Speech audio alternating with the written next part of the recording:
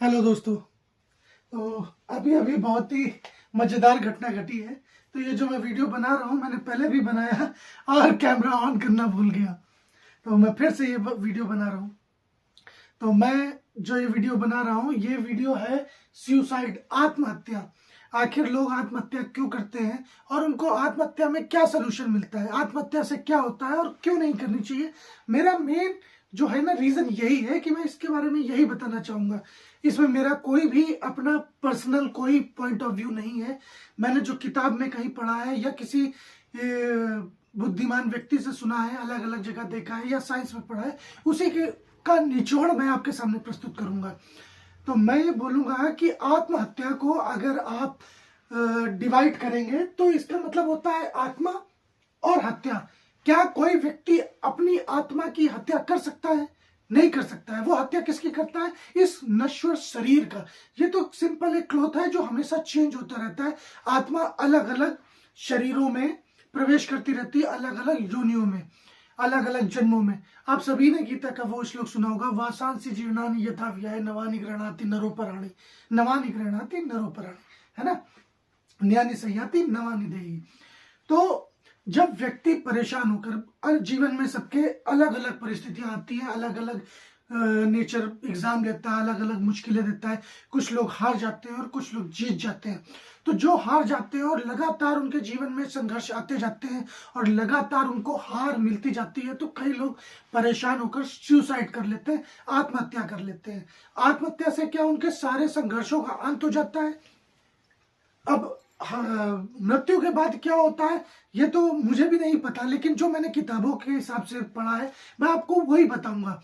तो ये जो जीवन है, हमारा जो शरीर है, शरीर कैसे बना है सभी को पता है। साइंस ने पूरे शरीर को एक्सप्लोर करके रख दिया है, लेकिन अभी भी शरीर का एक हिस्सा ऐसा है जिसके बारे में साइंस सबसे कम जानता है। वो है हमारा दिमाग, किस तरह कैसे काम करता है। और एक प्रश्न का जो जवाब है वो ये है कि हमारे शरीर में प्राण कैसे आते हैं, प्राण वायु कैसे आती है, ये जो ब्रह्मांडीय ऊर्जा है ये कहाँ से प्रवेश करती है, या जिसको आत्मा कहते हैं, ये आत्मा आती कहाँ से, मरने के बाद आत्मा जाती कहाँ है? तो जहां से आती है, जिस परम पिता परमेश्वर से आती है उसी के पास चली जाती है, उसी ब्रह्मांडीय ऊर्जा में जाकर सम्मिलित हो जाती है। तो व्यक्ति को अगर इस यूनिवर्स ने या ब्रह्मांड ने मान लीजिए कि 80 साल की उम्र दी है, 80 साल की उम्र दी है, और आप 20-25 सालों में हिम्मत हार के सुसाइड कर लेते हैं, तो क्या आपका पूरा खेल खत्म हो गया? आपका खेला खत्म हो गया? आप मुक्त हो गए? नहीं।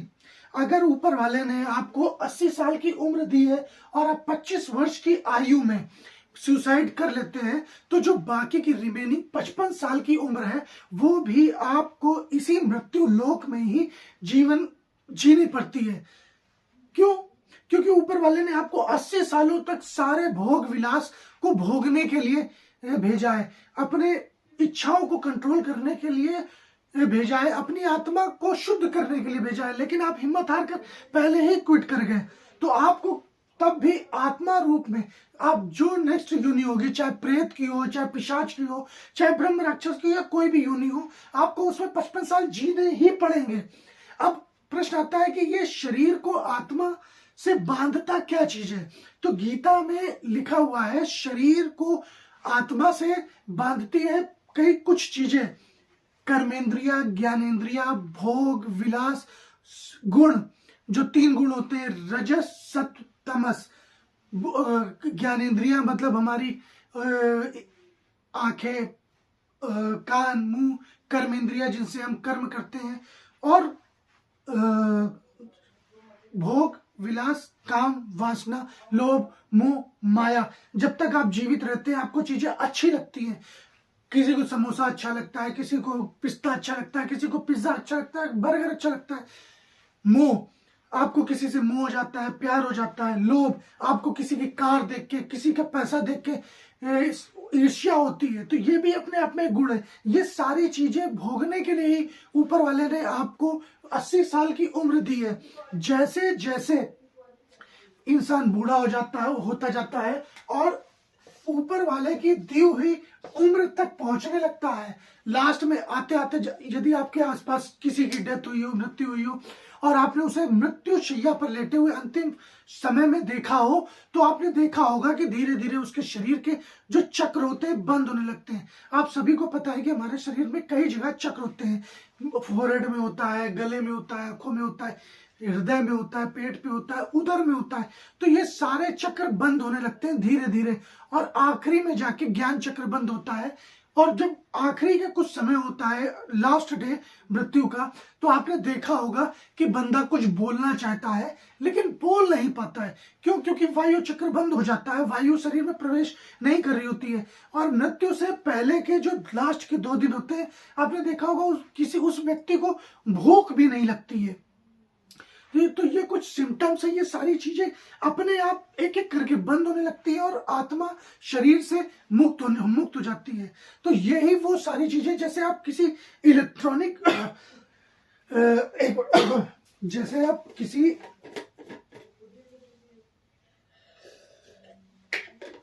जैसे आप किसी इलेक्ट्रॉनिक गैजेट को देखें, तो उसके मदरबोर्ड, सीपीयू, स्क्रीन को टाइट रखने के लिए उसकी मेन फ्रेम बॉडी से कुछ स्क्रू का इस्तेमाल किया जाता है। वैसे ही ये सारी चीजें एक स्क्रू का काम करती हैं। जैसे ही आपने सुसाइड किया, आपने जबरदस्ती इस मशीन को तोड़ दिया, तो जो सॉफ्टवेयर ऊपर वाले ने भेजा है, जो चीजें आपको करने के लिए भेजी, वो तो सारी खत्म हो चुकी है। खत्म हुई है? नहीं हुई है। आपको वो भोगनी पड़ेंगी। जब आप नई योनि में प्रवेश करेंगे, चाहे प्रेत बने, चाहे पिशाच बने, तब आप इन सारे भोग विलासों को कैसे भोगेंगे? नए शरीर, अब नया शरीर तो ऊपर वाला देगा नहीं। तब आप क्या करते हैं? वो छोटे मोटे कीट पतंगे जो गंदी जगहों पर बैठते हैं, कुत्ते, बिल्ली और मकड़ी, इन सबके शरीर पर बैठकर उन्हीं के प्रजाति के या अलग अलग के साथ संभोग करते हैं, सेक्स करते हैं, छोटे छोटे गंदी नाली में गंदगियों को खाते हैं। इससे क्या होगा? वो अपने भोग विलासों को शांत करते हैं। जैसा आपने देखा होगा कई जगह बाबा तांत्रिक जो होते हैं, जब आत्मा को बुलाने का प्रयास करते हैं, तो कई जगह मांस का प्रयोग किया जाता है, दारू का प्रयोग किया जाता है, सिगरेट का प्रयोग किया जाता है। ये सारी चीजें तामसिक चीजें होती हैं। तामसिक, इनका प्रयोग करके आसुरी शक्तियों को या तामसिक शक्तियों को बुलाया जाता है, या उसको कंट्रोल करने के लिए इनका प्रयोग किया जाता है। अब आप सोचिए कि इसी पीढ़ी में या इसी स्टेट में आप पहुंच जाएंगे, और आत्मा जब नई डायमेंशन में प्रवेश करती है, तब उसके लिए समय बहुत स्लो मूव करता है, क्योंकि शरीर की बाउंडेशन खत्म हो चुकी होती है। इनफाइनाइट एनर्जी रहती है आत्मा के पास। शरीर की एक पर्टिकुलर एक स्टेट होती है कि आपके दौड़ने की स्पीड इससे ज्यादा नहीं हो सकती है। आप 100 मीटर 9.5 या 9.2 या 9 मान लीजिए, इससे ज्यादा तेज नहीं दौड़ सकते, परंतु आत्मा क्षणिक होती है, क्षण में ही कहीं भी पहुंच सकती है। तो उसके लिए समय बहुत धीरे बीतता है, बहुत धीरे। तो यही जो रिमेनिंग 55 ईयर्स होते हैं, ये 550 ईयर्स बन जाते हैं। और आपको जो कष्ट 55 साल तक भोगने थे, अब वो 550 सालों तक भोगेंगे। जब ऊपर वाला किसी को भेजता है, तो उसके जीवन में अलग अलग मात्रा में सुख दुख संघर्ष लिख के भेजता है। क्या पता ऊपर वाले ने आपको 80 साल की उम्र दी हो और आपके जीवन में सक्सेस 55 साल की उम्र में लिखी हो, कि शेष 35 साल जो है वो आप आराम से जिएंगे, करोड़पति होकर जिएंगे। कुछ के जीवन भर संघर्ष होते हैं, लेकिन वो जीते रहते हैं। तो वही बात है कि आप सोच समझकर फैसला लेना चाहिए कि सुसाइड या आत्महत्या कोई ऑप्शन नहीं है। ऊपर वाले ने अगर आपको 80 साल की उम्र दी है, तो आपको 80 साल तक मृत्यु लोक में रहना ही पड़ेगा, चाहे इस शरीर के साथ रहे या आत्मा बनकर। और आत्मा बनकर रहेंगे तो कष्टों का सामना और ज्यादा करना पड़ेगा। फिर आप और भी ज्यादा रोगे, दुखी होगे, परेशान होगे। जैसा कि आपने भूतिया फिल्मों में देखा होगा, जब आत्मा बुलाई जाती है तो बोली जाती है, मैं बहुत पीड़ा में हूं, मुझे मुक्ति चाहिए, मुझे मुक्ति चाहिए। क्यों? कहीं ना कहीं से तो लिया गया है ना। ये जो मूवीज होती है, ये आम जिंदगी का आईना होती है। जैसा समाज में चलता है वैसा ही। सारे बाबा सच्चे नहीं होते हैं, लेकिन कुछ होते हैं, क्योंकि नकली चीज भी उसी चीज की बनाई जाती है जिसका असली उपलब्ध होता है। आपने कभी 2.5 रुपए का नोट नहीं देखा होगा, 3 रुपए का नोट नहीं देखा, 5 का देखा है, 10 का देखा है, 20 का देखा है, इनके नकली भी हैं। लेकिन अगर आप 11 रुपए का नोट देखेंगे तो आप तुरंत समझ जाएंगे कि ये तो नकली है, क्योंकि इसका असली है ही नहीं।